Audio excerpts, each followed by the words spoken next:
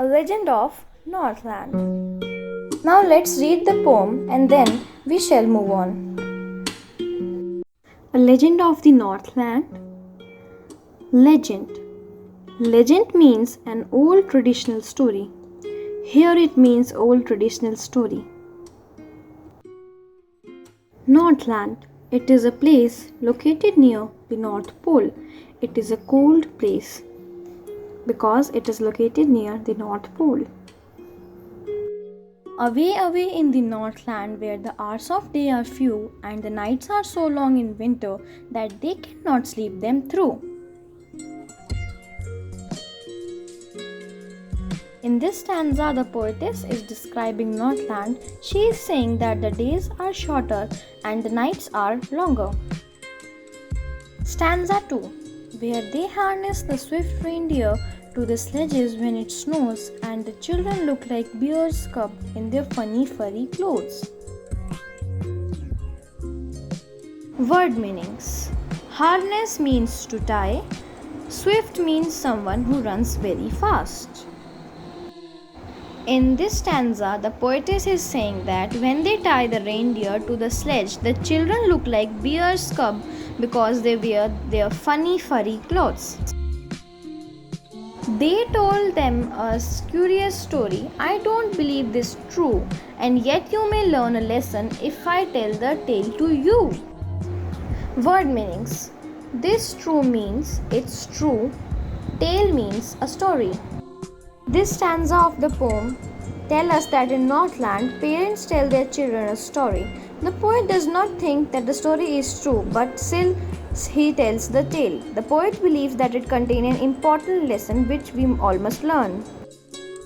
Once, when the good Saint Peter lived in the world below and walked about it preaching, just as he did, he came to the door of a cottage in traveling round the earth, where a little woman was making cakes and baking them on the hearth. Now the word meanings. Preaching means giving moral or religious advice. Hearth means floor of fireplace. The poet then begins the tale. Once, Saint Peter lived on earth as a human. He traveled the world teaching about God. In this stanza of the poem, while traveling around the world, Saint Peter came to a cottage door. In the cottage, a little woman was baking cakes near the fireplace. And being faint with fasting, for the day was almost done, he asked her from a store of cakes to give him a single one. The word meanings now. Faint here means to feel dizzy and weak. Fasting is when you willingly don't eat food.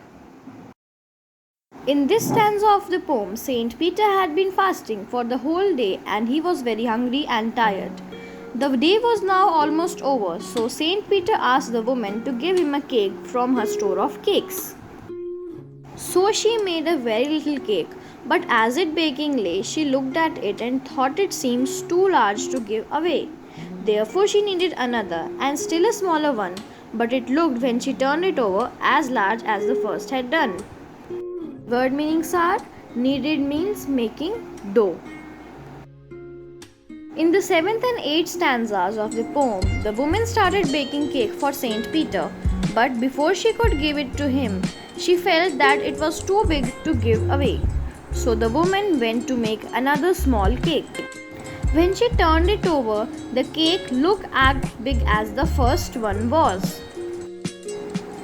Then she took a tiny scrap of dough and rolled it flat and baked it as thin as a wafer, but she couldn't part with that.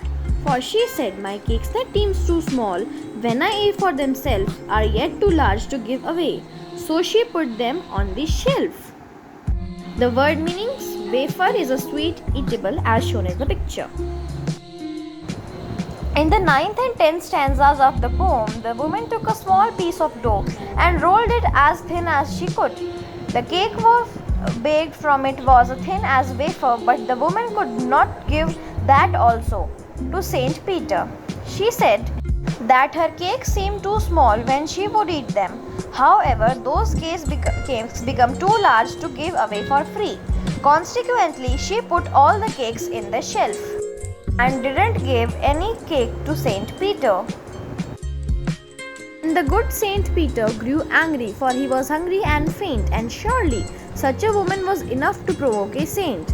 And he said, "You are far too selfish to dwell in a human form, to live both food and shelter and fire to keep you warm." Now the word meanings. Provoke means to make someone angry, dwell means to live. In the 11th and 12th stanzas of the poem, the selfish behavior of the woman made Saint Peter angry. He was very tired and hungry. It is not easy for a compassionate and kind saint like Saint Peter to become angry, but the action of the woman had been able to do so. Hence, Saint Peter told her that she was very selfish. She did not deserve to be a human being and live a comfortable life with good food to eat, a house to live in, with fire to keep her warm. Now you shall build as the birds do, and shall get your scanty food by boring and boring and boring all day in the hard dry wood. Then she went up through the chimney, never speaking a word, and out of the top flew a woodpecker, for she was changed to a bird. Word meanings. Scanty means very little in quantity, and boring here means to make hole in something.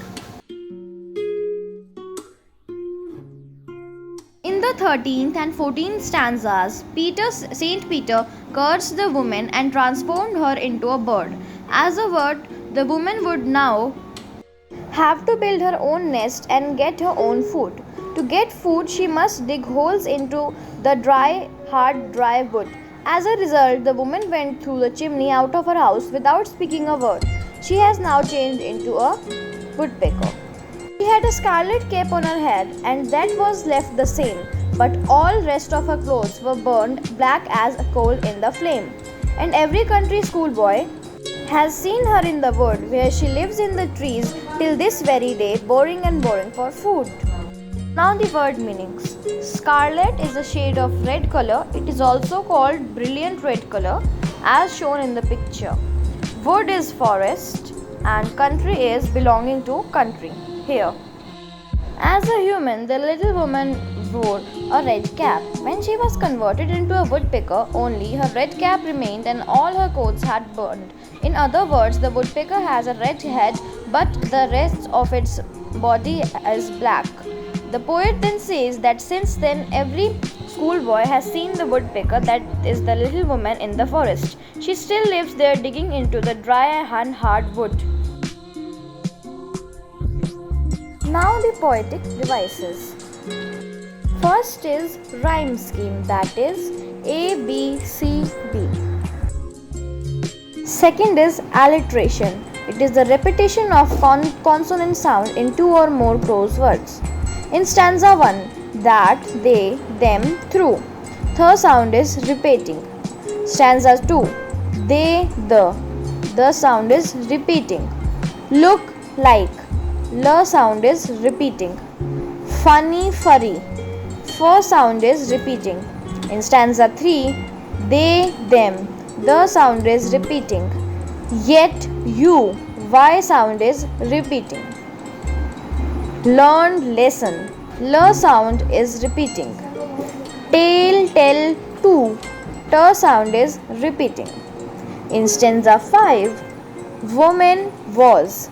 W sound is repeating. Them, the, hurt. Th sound is repeating. In stanza 6, faint, fasting. F sound is repeating. In stanza 8, still, smaller. S sound is repeating. Stanza 9, took, tiny. T sound is repeating. Stanza 10, seem, small. S sound is repeating. Stanza 13, build, birds. B sound is repeating. By, boring, boring. B sound is repeating. Repetition. Any word or sentence is repeated to lay emphasis on it. In stanza 1, away word is repeated. In stanza 9, rolled word is repeated. In stanza 13 and 16, boring word is repeated. The last poetic device is simile. It is comparison using as or like. In stanza 2, the children look like bear's cub. children are compared to bear's cubs. In stanza 9, baked it as thin as a wafer.